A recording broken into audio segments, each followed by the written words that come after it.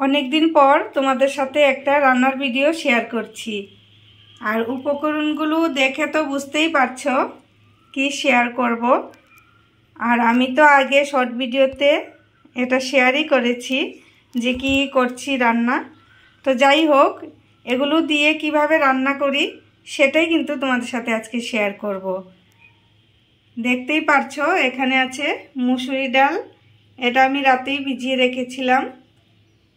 আর এই যে ইচা মাছগুলো বেছে তরকারির জন্য রেখে দিয়েছি, আর মাথাগুলো রেখে দিয়েছি আলাদা করে। আর এখানে পেঁয়াজ, কাঁচামরিচ আর একটু বাঁধাকপি নিয়েছি। কাঁচামরিচটা একটু কম নিয়েছি কারণ মরিচগুলো অনেকটা ঝাল, সেই জন্য।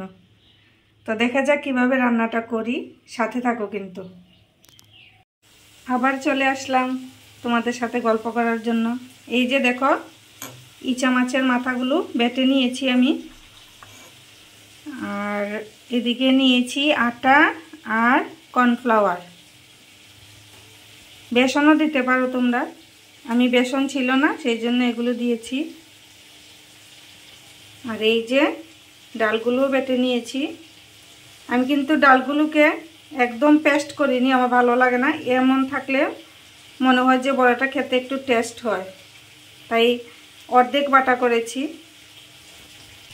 আর এদিকে দেখো, বাঁধাকপিগুলো কেটে নিয়েছি, পেঁয়াজগুলো কুচি করে কেটে নিয়েছি, এদিকে কাঁচামরিচও কেটে নিয়েছি। আর এখানে একটু নিয়েছি আদা আর রসুনের পেস্ট। এটা দিলে কিন্তু একটু স্মেলটা ভালো আসে আর খেতেও ভালো লাগে। মোটামুটি সব উপকরণ রেডি হয়ে গেছে। এখন বড়ার মিশ্রণটা রেডি করব। এখন এই যে একে একে সব দিয়ে দেব।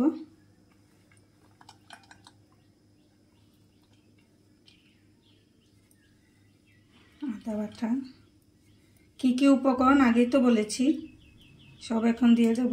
এখানে ডাল বাটাটাও দিয়ে দিলাম। ইচা মাছের মাথা বাটাটা দিয়ে দিলাম। এখন আটা আর কর্নফ্লাওয়ারটাও দিয়ে দিলাম।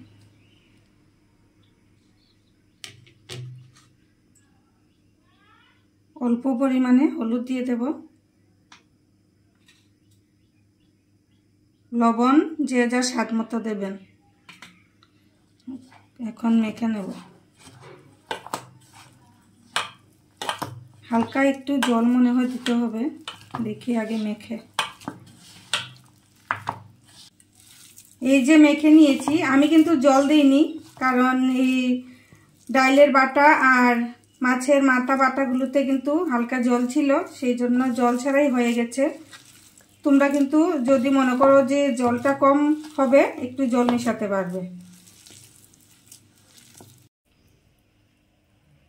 তেলটা গরম হয়ে গেছে, এখন ভেজে নেব। একটু লাল লাল করে ভাজবো, তাহলেই খেতে ভালো লাগে। অনেকে আবার সিম্পলভাবেও বড়া করে, যেমন ডাল বা বাঁধাকপি না দিয়ে। আমি এগুলো দিলাম কারণ খেতে একটু অন্যরকম লাগবে। আমি ছোট ছোট করেই বড়াগুলো করছি, আর তোমরা যদি মনে করো যে বড় করে করবে সেটাও পারবে।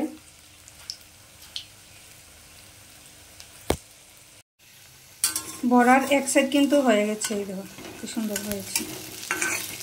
উল্টিয়ে ওই সাইডটাও ভেজে নেব।